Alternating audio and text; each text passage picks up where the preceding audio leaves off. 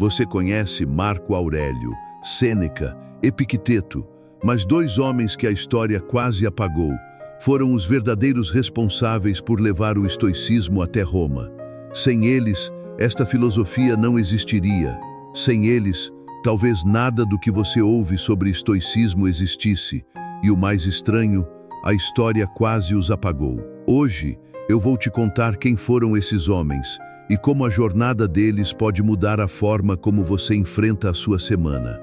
Mas, para entender o que eles fizeram, precisamos voltar antes, muito antes de Roma, para a Grécia, para o começo de tudo, porque o estoicismo não nasceu pronto. Ele nasceu de um homem que perdeu tudo e decidiu recomeçar. O começo de tudo começou com um mercador chamado Zenão. Ele carregava púrpura, um corante raro, em seu navio pelo mar Egeu, até que uma tempestade destruiu a carga. Ele perdeu o navio, a mercadoria, o dinheiro, perdeu tudo o que tinha. Em uma única noite, Zenão ficou sem nada. Ao chegar em Atenas, entrou numa livraria e leu sobre Sócrates. Ele perguntou: onde encontro um homem assim? Ali, naquele instante, ele virou filósofo. Pensa nisso.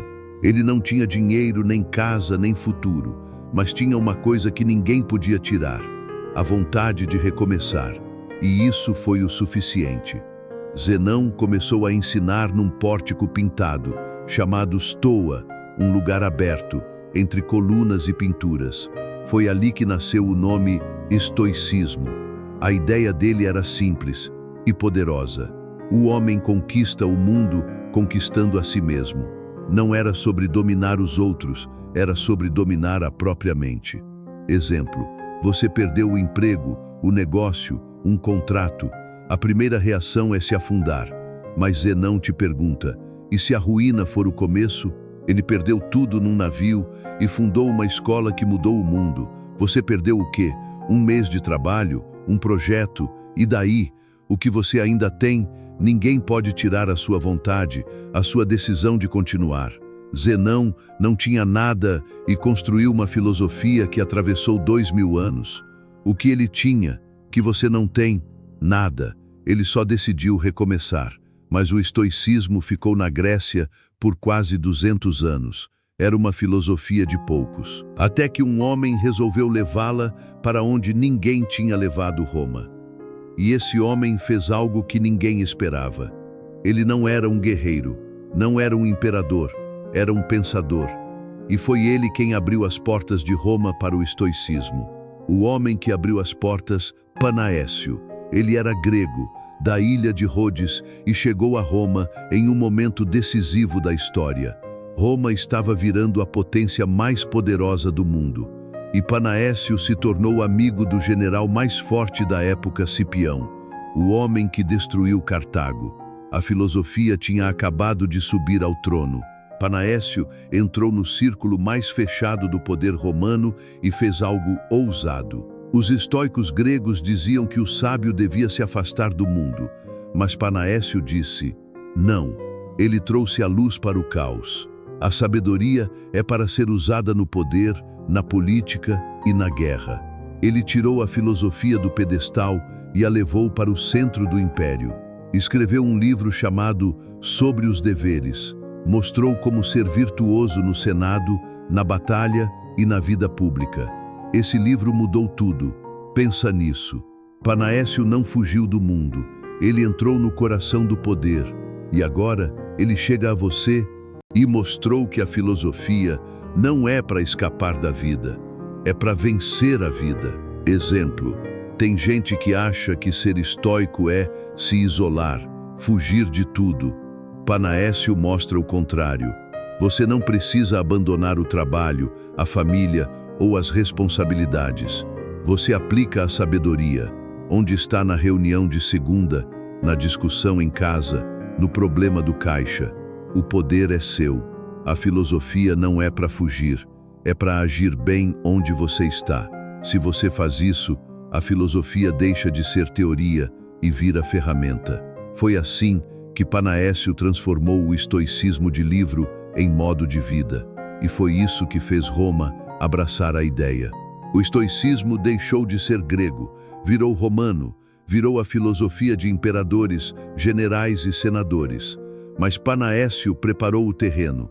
Quem espalhou a ideia pelo império foi outro homem, um homem que não era só filósofo, era cientista, astrônomo e viajante. E esse homem ensinou a um dos homens mais poderosos da história.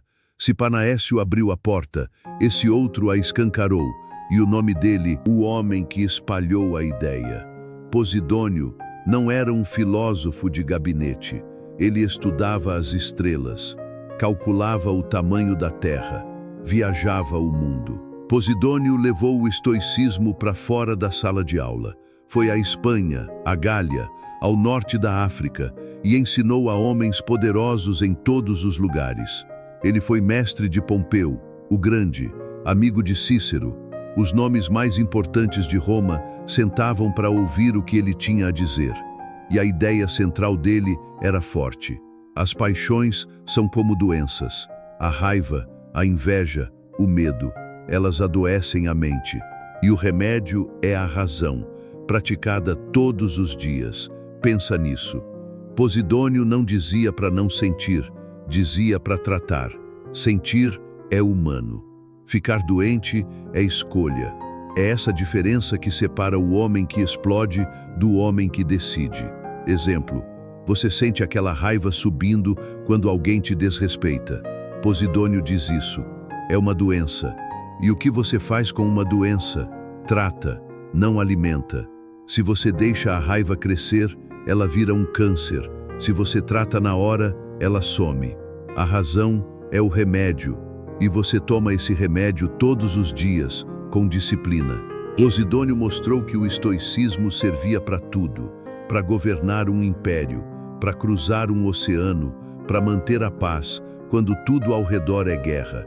E foi assim que o estoicismo se espalhou, de um pórtico na Grécia, para Roma, para todo o império. 3 homens, 3 decisões. Um mundo inteiro mudou. Mas a história não termina aí, porque o que esses homens fizeram não foi só no passado. Eles deixaram um caminho, e esse caminho chega até você hoje.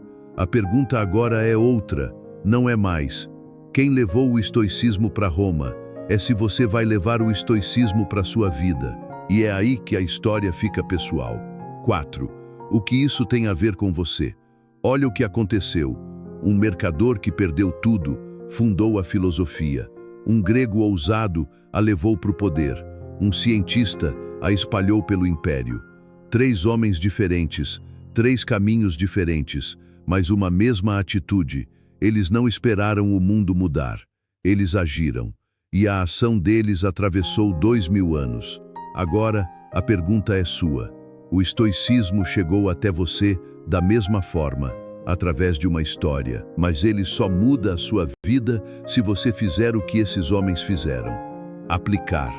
Não é decorar frase de Marco Aurélio, é usar. Quando a raiva vier, trate como doença. Quando a ruína chegar, pergunte: e agora?